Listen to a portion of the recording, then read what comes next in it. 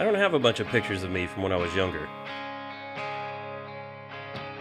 We weren't exactly the selfie generation. What I do have is quite a few 3x5 glossies that were taken by a disposable camera. Apparently my friends and I were more interested in building cars and raising hell all over Paola, Kansas than we were in posing for the camera. And we all hoped that one day we'd make it to the Sema show.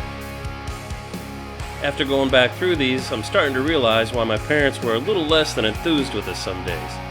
My dad had the most tools, so their yard's where we did the most damage. But this isn't a story about getting to go to the Sema show for the first time ever. Nope, my first time was with this car, the Chicane. I was lucky enough to get hired on at Rad Rides by Troy, and this got unveiled to the world at my first Sema. After that, I've been in front of the camera here and there.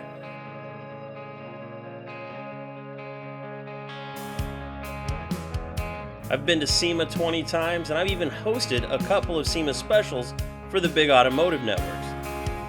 And I blame most of it on this guy.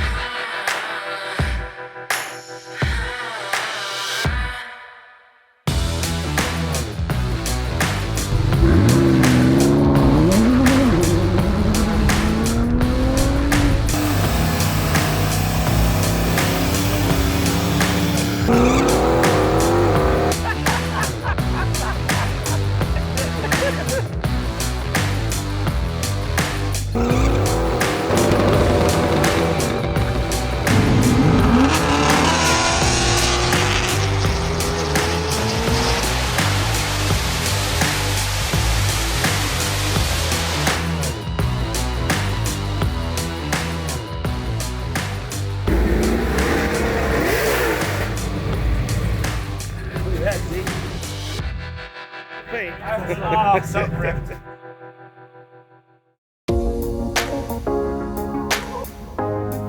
This is Tom, and whether or not you realize it, you probably already kind of know him. That's because he owns Mobile Environmental Solutions, and if you like automotive shows as much as I do, you've probably seen something with an engine strap to it painted in one of their booths. And I put it that way because they make booths for just about everything, especially stuff with engines.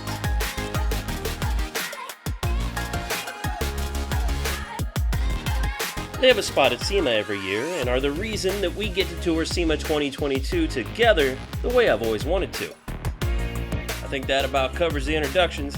Now what do you say? How about we get to Vegas?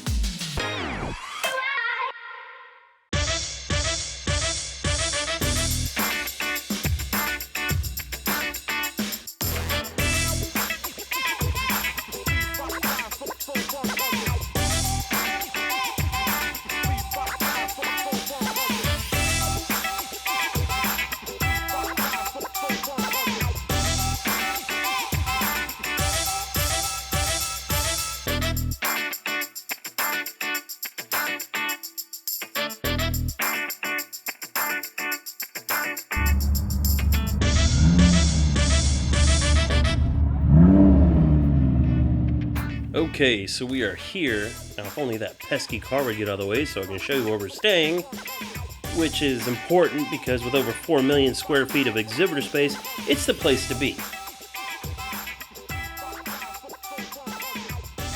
Because Sema is big.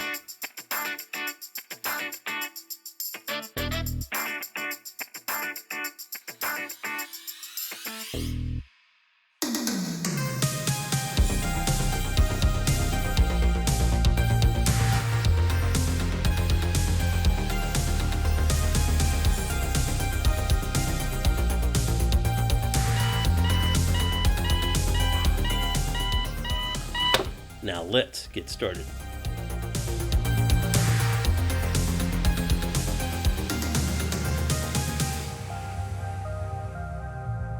I have wanted to go to Sema since I was a little boy. About as far back as I can remember, I'd see it on TV and I was just itching to get out there.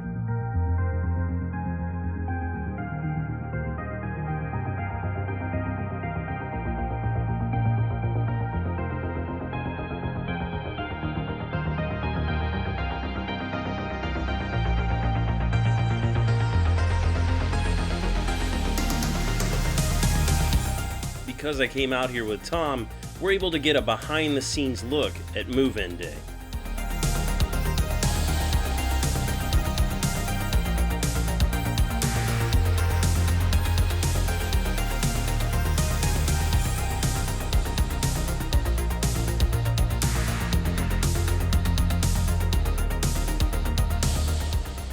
Now, rather than help Tom set up, I figured you all would want to see what's happening behind the scenes, so I did that instead.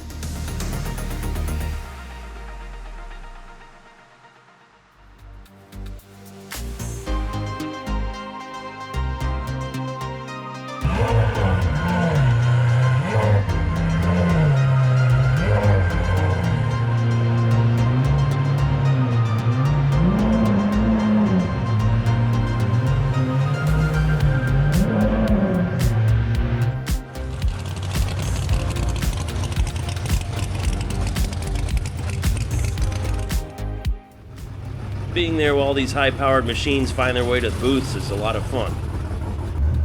Even though they don't really play nice with polished floors or carpet. Unless you're sporting a lock differential. This Ferrari was struggling for traction.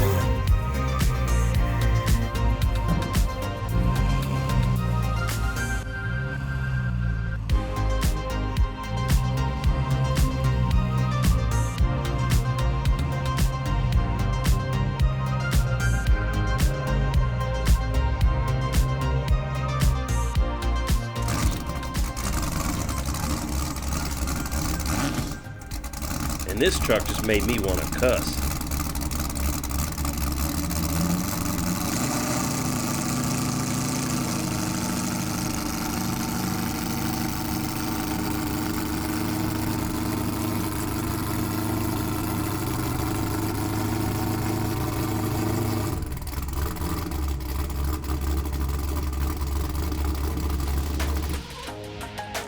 Yep, it's on my oh hell yeah list for sure.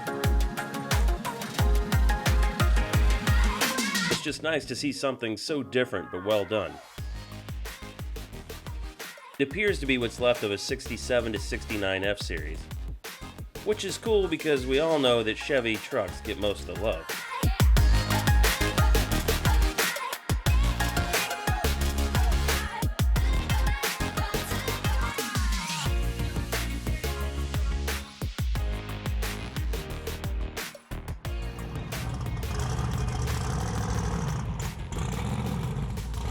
I know it's hard to believe, but with some hard work and maybe even some magic, in the morning, all of this is going to be a well-polished trade show.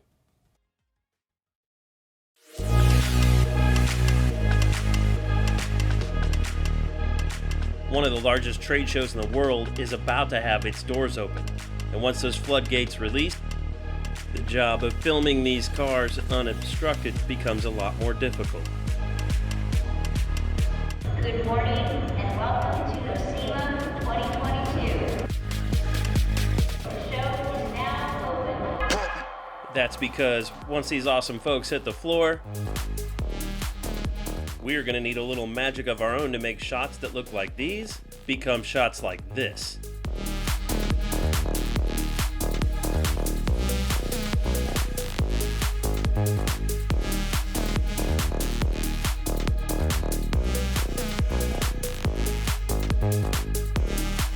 So maybe let's get to some of my favorites from day one. This car I know almost nothing about other than it is insanely good. It's obviously a split window Corvette, but the first thing that hits me is the colors and how they don't hit me. None of them leap from one extreme to the next. They all just blend together as if they all came from the same place. All of the composite pieces to me fit perfectly on a Corvette because they were born of fiberglass anyway.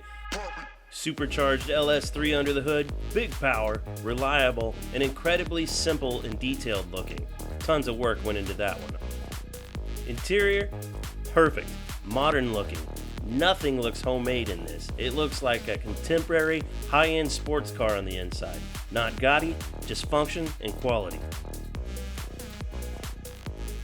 From the flush-mounted glass to the fuel door, this might be my favorite Corvette ever. Alright, one more spinny round thing before we go to the next car.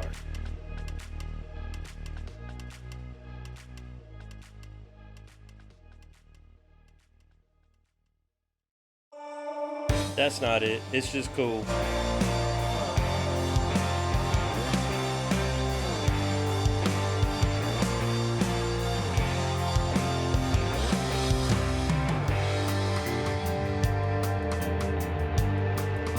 That's also not it. It's just cool too. Ah, there it is.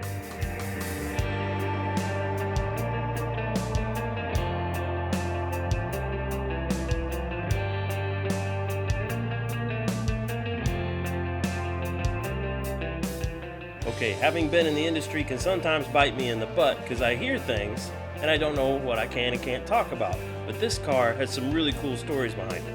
And for this car, they start right here with the name. Now apparently there's a really famous slasher movie with a bad guy in it by the name of Mike Myers. And apparently the owner of this car has a friend who had a really tough Mopar made called Mike Myers. Now in this movie, Mike gets his comeuppance from a character with the last name of Strode, hence the name of this car. That's one pretty cool friendly rivalry if you ask me.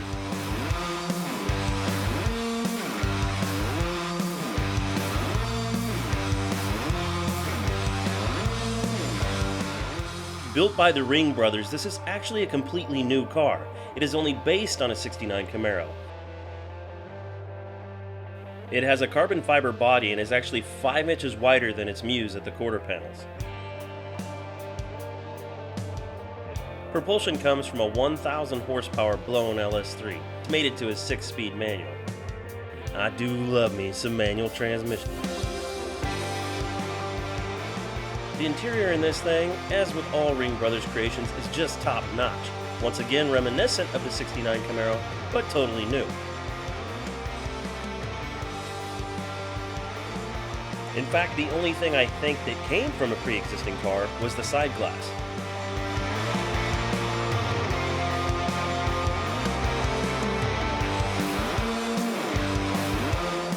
Even the roof has extra character that help the car look lighter and less bulky while still having a menacing and aggressive appeal.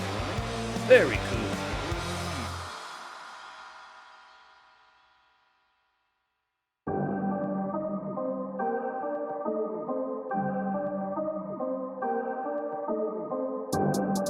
This extremely tasteful '69 Roadrunner is the one named Mike Myers.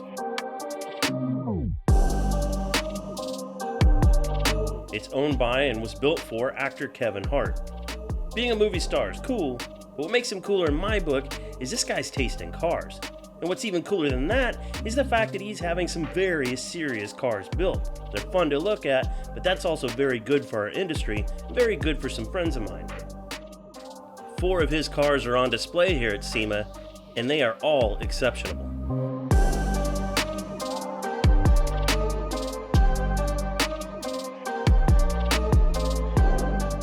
But my favorite has to be this Grand National.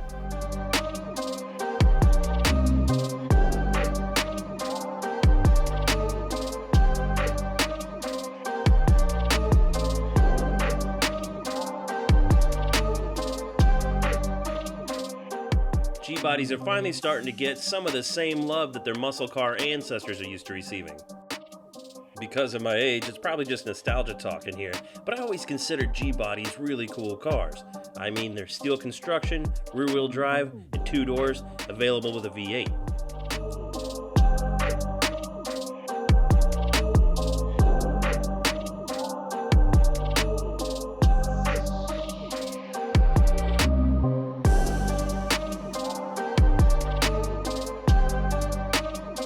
Ironically, however, for the Grand National, one of its coolest features was the fact that it didn't have a V8, but instead a single-turbo V6, and that's what this car has in it today.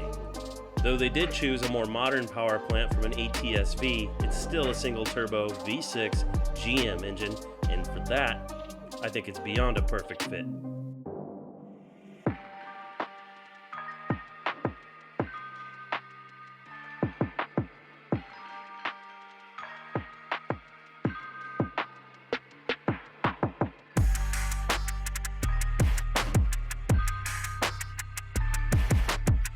Well, since we're doing it, talking about famous guys who have cars on display at Sema and are really good for the industry, how about taking a look at a couple cars from Ken Block? This is the Hoonicorn, a car that needs no introduction but is gonna get it anyway. It's an all-wheel drive twin-turbo Mustang that can put a whooping on a set of tires and just about anything it races. It was a treat to get to see it in person.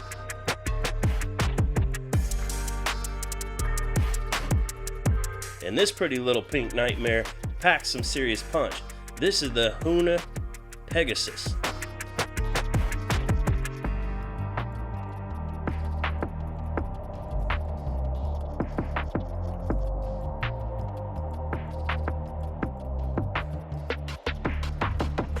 A 1,400 horsepower Pikes Peak racer that is serious.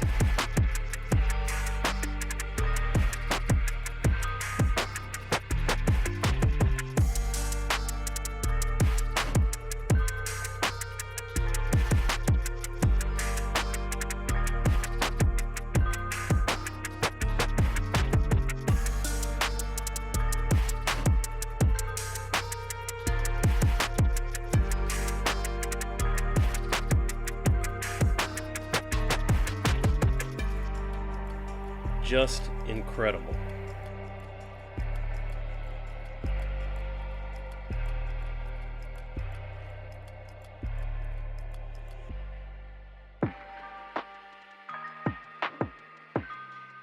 I think it's a good time to go see Tom and make sure he got set up okay without me.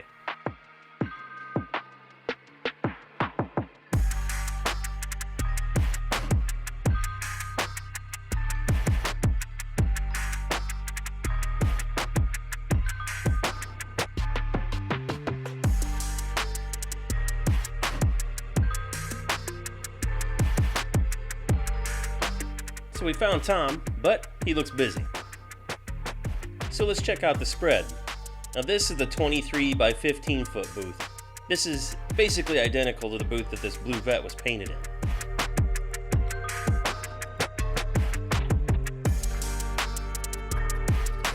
And for more information on that, let's talk to the guy who painted it. It's his first time at Sema, so understandably he's a little pumped up. Yeah. Being at Sema has been really cool. I think it's awesome for the automotive industry. I'm certified PPG, Spies Heckler painter, painted in spray booths all over for dealerships, and this works really great. Scott has the same model of paint booth as the one at the show. He has his own restoration business and he puts the booth to good use, bringing cars like this blue Corvette back to life. I've painted like 5-6 cars in it already. The best thing I like about it is you can take it down, put it up, you don't lose garage space, and it works really well. It works really great. Yeah, I love it. The other booth on display is their mobile bed liner booth, specifically designed for spraying bed liners. We caught up with Tom inside to give us the lowdown. We're standing in a Mobile Environmental Solutions mobile spray-on bed liner booth. This particular booth is a 17 by 16. It's 10 feet tall. We designed this exclusively for spraying coatings. Obviously, you can spray other stuff than just bed liners. So what you'll see here is we have two separate curtains for the truck bed and the cab. As you know from spraying bed liners, this is a curtain that's going to get hammered the most. The curtain is replaceable. You'll notice that everything has sewn-in Velcro in the booth and it's sewn-in Velcro on the replaceable curtain. So it makes replacement for the curtains extremely easy. This Datsun truck is a truck that we use for the display. The booth is designed to take long bed Ford dually, Chevrolet dually, service body in here with no issue. While we were there, longtime mutual friend, celebrity, race car driver, and all-around nice guy Bruno Massel stopped by to check out the booth and do what race car driving TV stars do.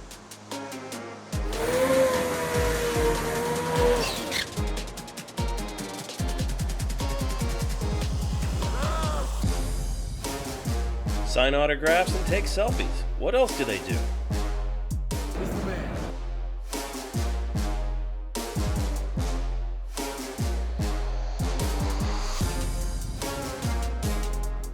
Well, in this guy's case, he's a 3-time NHRA world champ.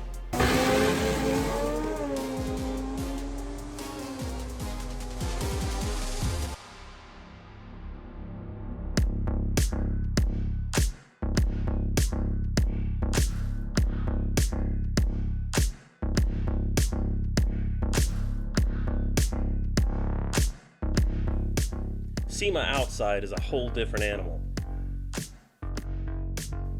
And regardless of where you end up in the Sema show, if you have a vehicle there, you've got something to be proud of.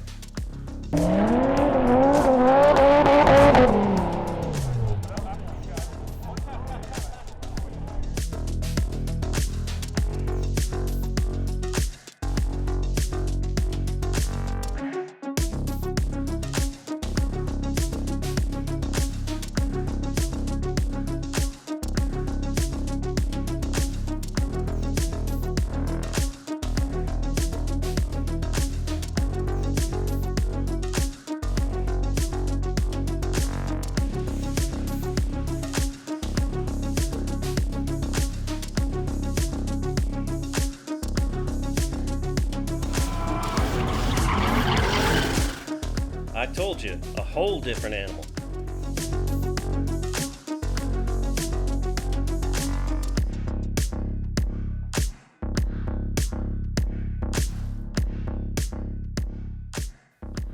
I don't for the life of me know what would possess someone to want to beat up a machine like this. But I'm glad they do, because I'm drawn to it like a moth to the flame.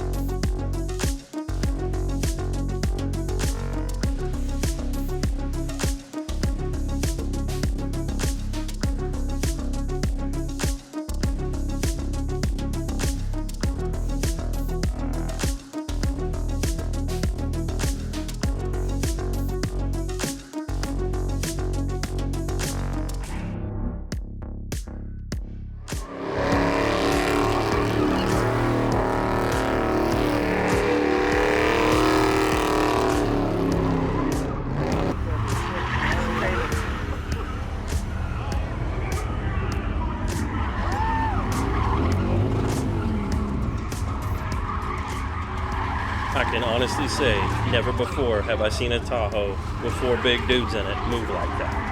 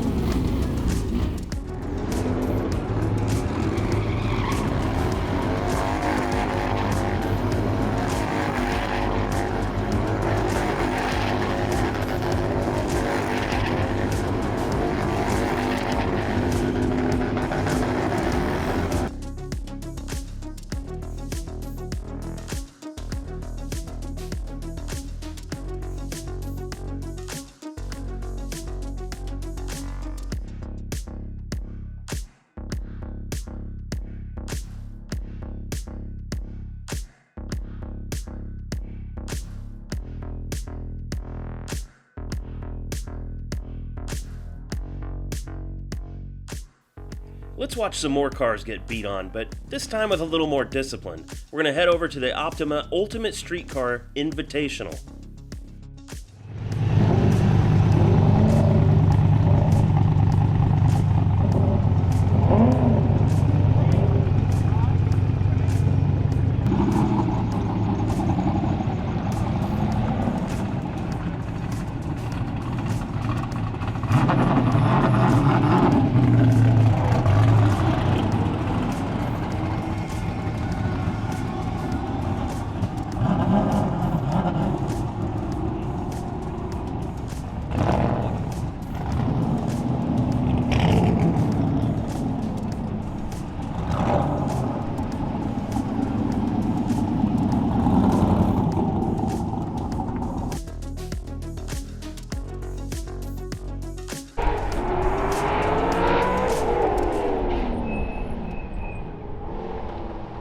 This event in particular can be most simply explained as what appears to be a two-way drag race, with a turn at the end for the change in direction.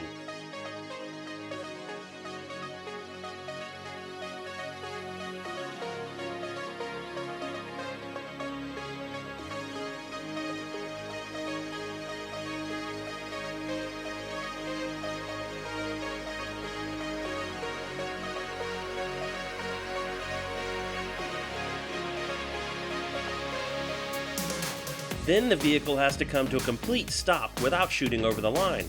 The driver and vehicle to do this in the least amount of time wins.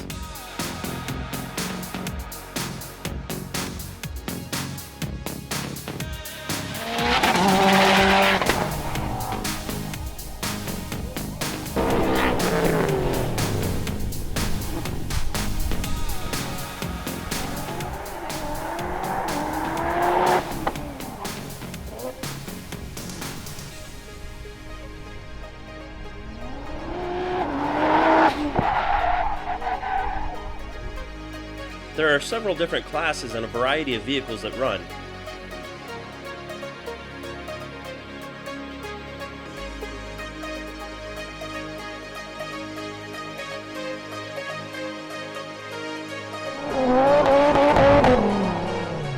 And the competition is fierce.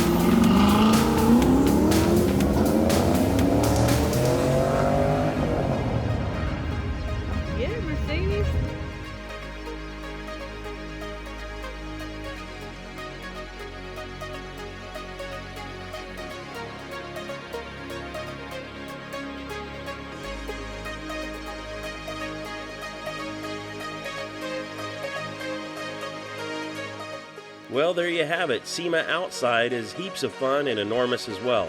Now I want to take you back inside and show you some more of my favorites, but we still got a few minutes.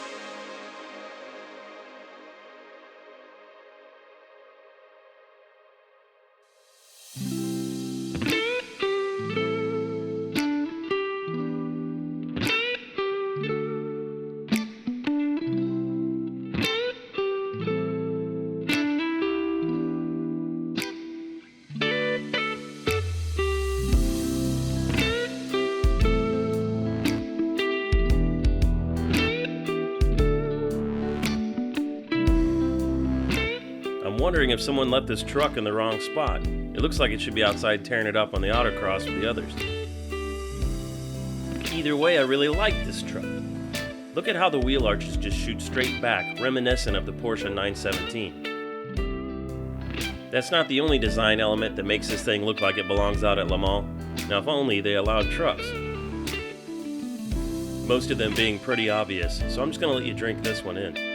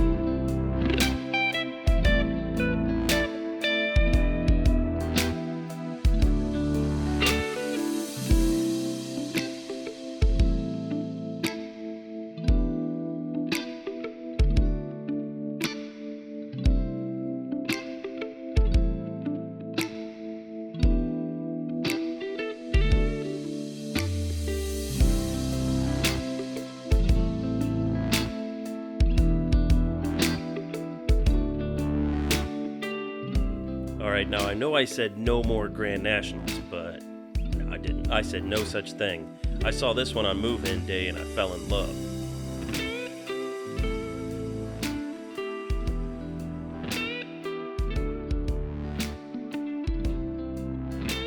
Obviously unfinished, the fabrication's just right out there in the open for everyone to enjoy.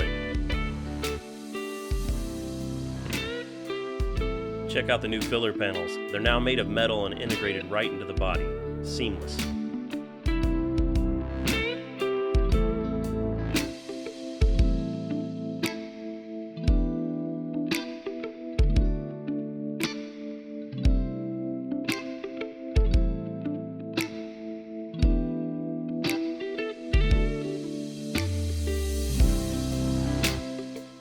Having those filler panels blended in and that bumper narrowed sure makes a difference.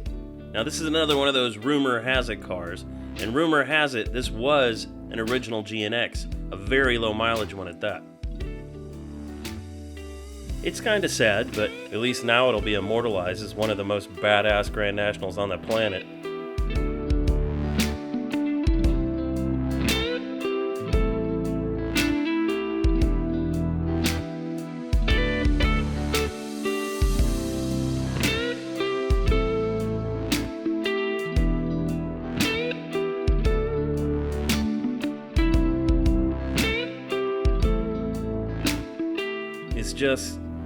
It's just badass.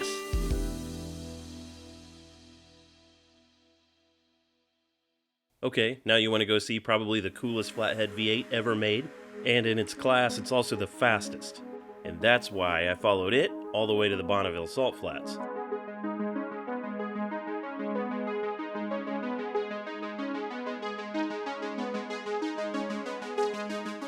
What makes this car so cool is the tremendous amount of difficulty that went into building it, and that's because it utilizes the stock block from a 70-year-old flathead, and no computers to govern the timing or fuel injection. And flatheads are hard engines to make big power with, especially when compared with engines like the one in the Grand National we just looked at. You see, this car has its roots firmly planted in the heritage of hot rodding. Enough of me talking, let's hear it run.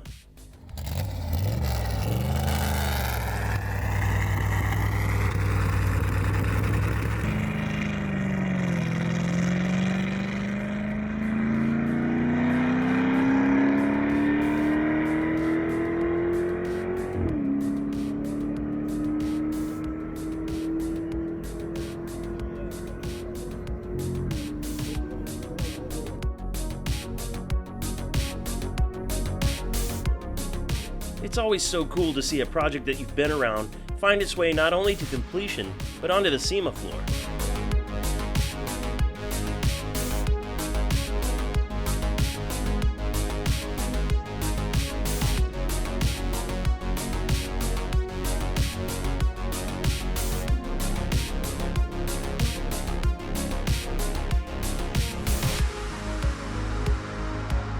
This 41 Chevy is another great example of a car that looks old, but shares very little with the car that it's based on.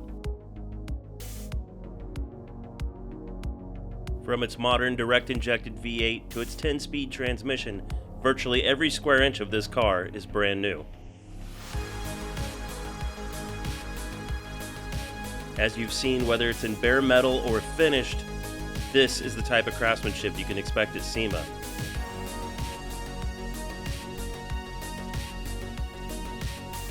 I have a tremendous amount of respect for the aspirational work of these big-time builders, but it's their penalty to continually have to raise the bar. It's just our treat to be able to see these creations, finished or not, especially when they're all in one place.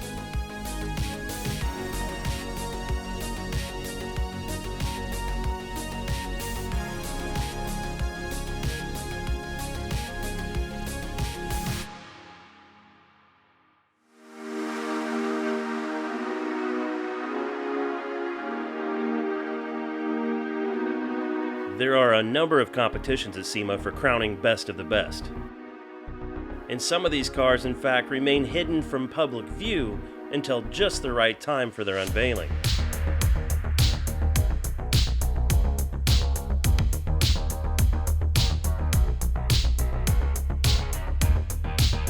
One of the perks of having an exhibitor pass is that you might just stumble onto one of these vehicles after hours, before they're swarmed with people.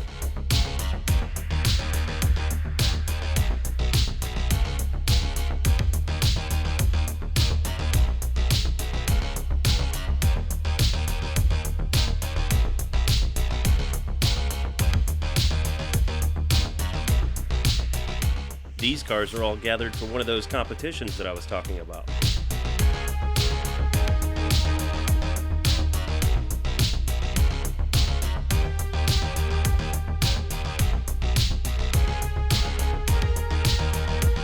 Now, hold up. We gotta go back and get a second look at that Blazer.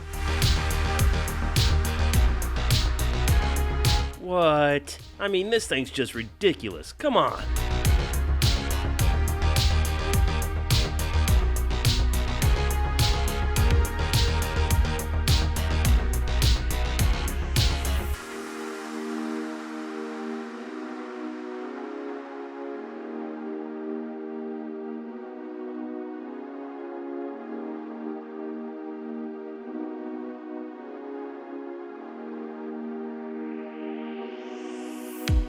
And why, yes, that is the filler neck for the gas tank.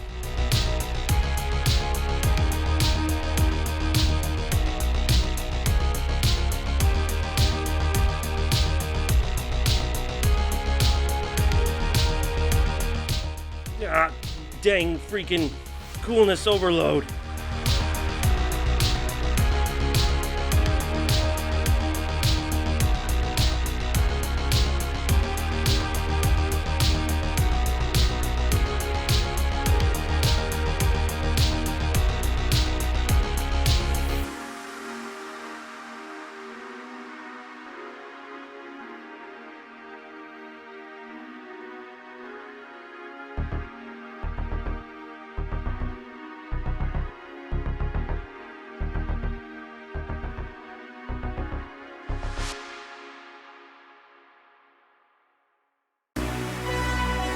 Alright, so this next diabolical creation I want you to look at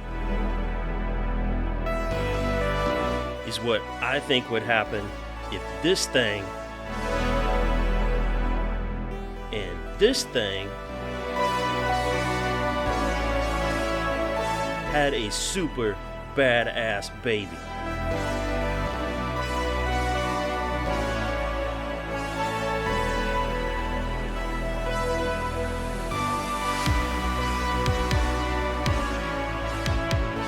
I'm fighting the urge to turn this into a crazy music video so that we can go over some of the finer details.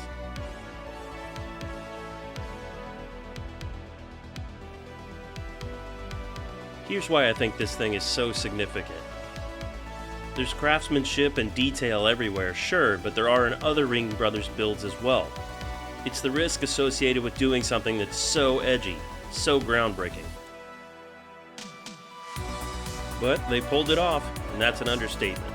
The continuity of design in this thing is epic.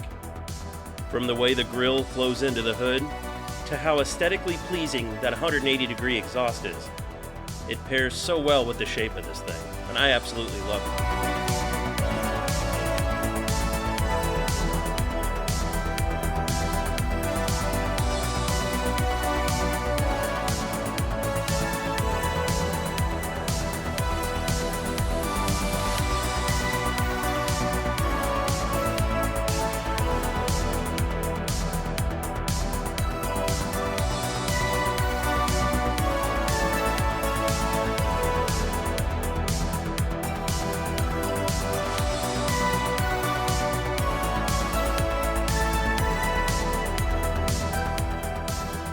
To me, it's a crowd pleaser, and I'm not trying to be funny when I say it's got something for young and old alike.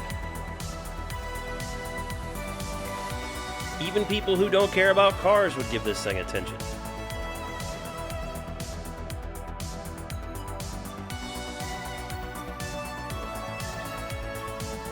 Finally, on the last day of Sema, everyone takes their cool cars and they go home. But I'm not all the way done yet.